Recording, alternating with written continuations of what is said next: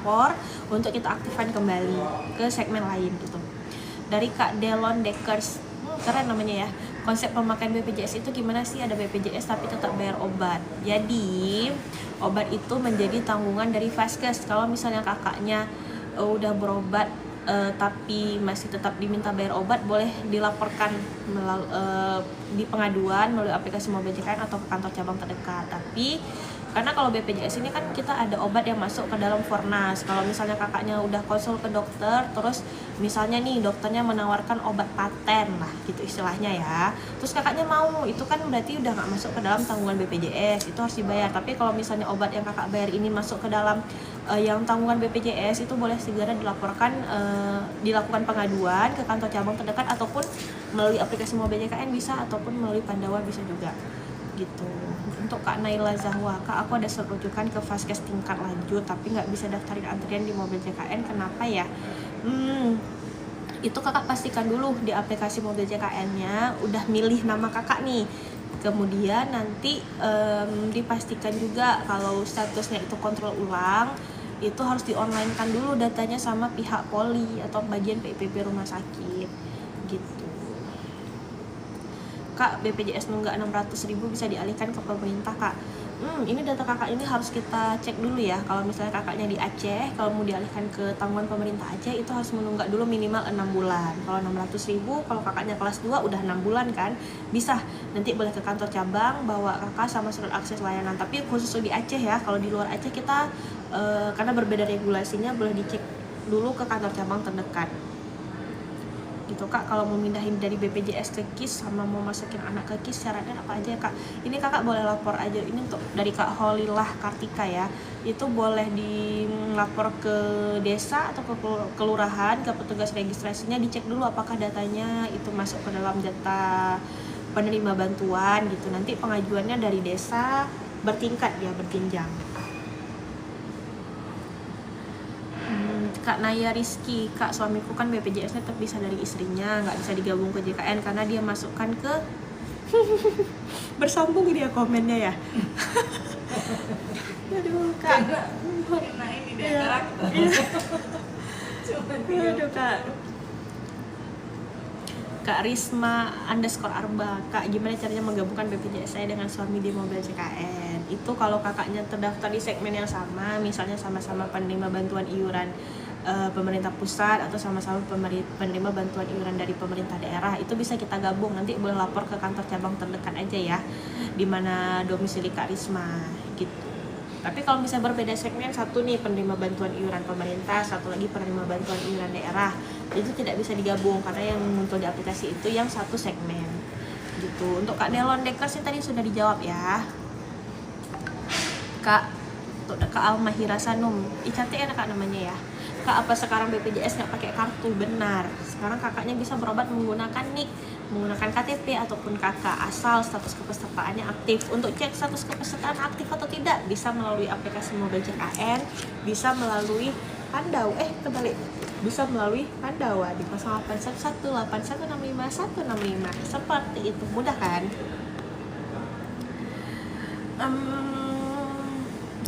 Guys, ini ada yang nanya tentang BPJS tenaga kerja, BSU, itu kita tidak jawab ya gitu. Oh Kak Naya, ini ada sambungannya, tanggungan keluarganya. Oke, tadi berarti nanya BPJS tanggungan ya. Kalau misalnya suaminya itu pekerja, bisa nanti dimasukkan ke bawah tanggungan suaminya. Kalau misalnya pegawai swasta itu nanti cukup kakak aja. Kalau misalnya PNS, P3K, TNI Polri itu harus ada SK sama daftar gaji. Nanti kakak boleh melapor melalui Pandawa aja Kak Naya. Oke, untuk 130.000 orang kita kasih waktu 3 detik untuk screenshot nomor Pandawa ya. 1, 2, 3. Oke. Ini Kak Silv tadi sudah kita jawab ya. Ini pertanyaannya berulang ya. Tapi nggak apa-apa.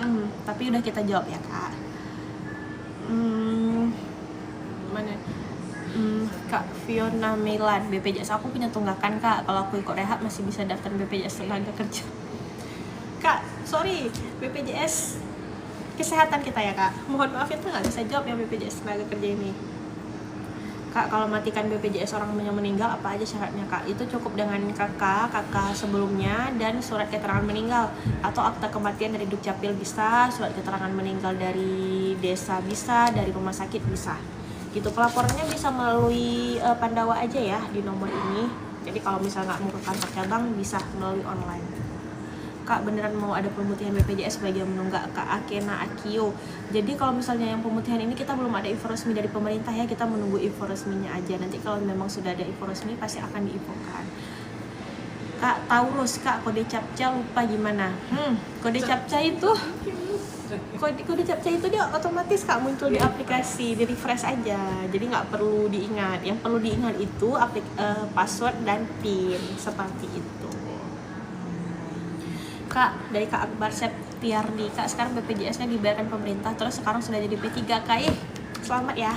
Apakah masih bisa lanjut?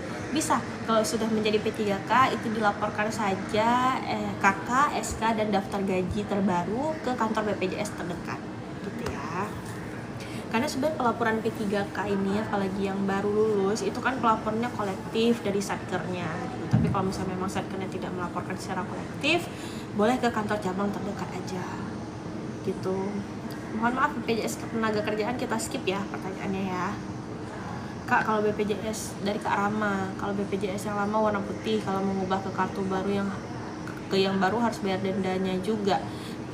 Kalau kartu kita memang nggak cetak lagi ya. Kalau kakaknya misalnya memang mau kartu terbaru ada di kartu digital di aplikasi mobile JKN seperti itu.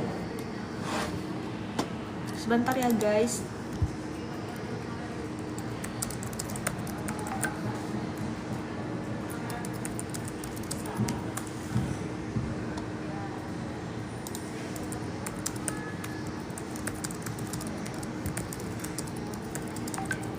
Oke, kita lanjut.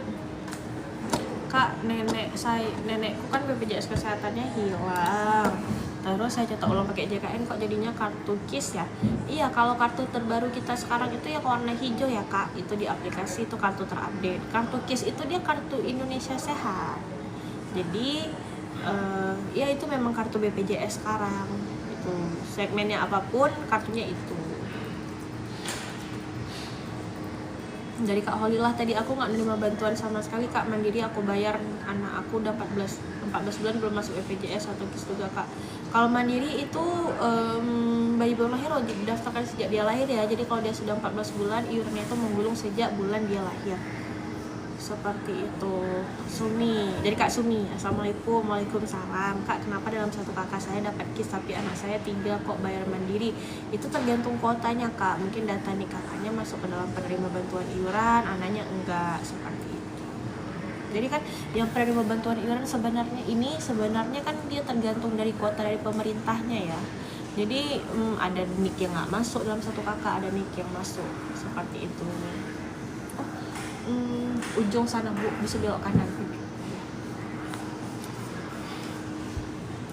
Dari Kak Lida, aduh sorry ya guys, ini cepet kali dia kayaknya. Dari Kak Lida Marina, kakak kalau kelas 2 itu ruang inapnya berapa Kak? Jadi dia tergantung tipe rumah sakit. Kalau kelas 1 itu maksimal 2 bed tergantung tipe rumah sakitnya, apakah rumah sakit tipe A, tipe B dan sebagainya. Kalau kelas 2 itu maksimal 4 bed, dari 2 sampai 4 bed. Kalau kelas 3 itu yang kamar sal yang rame maksimal 8 bed gitu. Jadi kalau kelas 2 itu dia maksimal 4 bed, dari 2 sampai 4 bed tergantung tipe rumah sakit. Kembali lagi ke rumah sakitnya masing-masing ya. Gitu.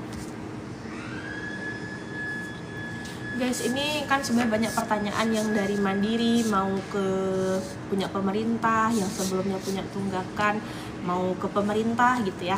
Jadi kalau yang punya pemerintah ini, kita kan ada 2 penerima bantuan iuran, dari pemerintah pusat dan dari pemerintah daerah. Kalau di Aceh, ini kita berbicara khusus Aceh ya, ada JKA namanya, tanggungan pemerintah Aceh. Itu kalau misalnya non aktif dari PBI yang tanggungan pemerintah pusat mau ke JKA itu bisa.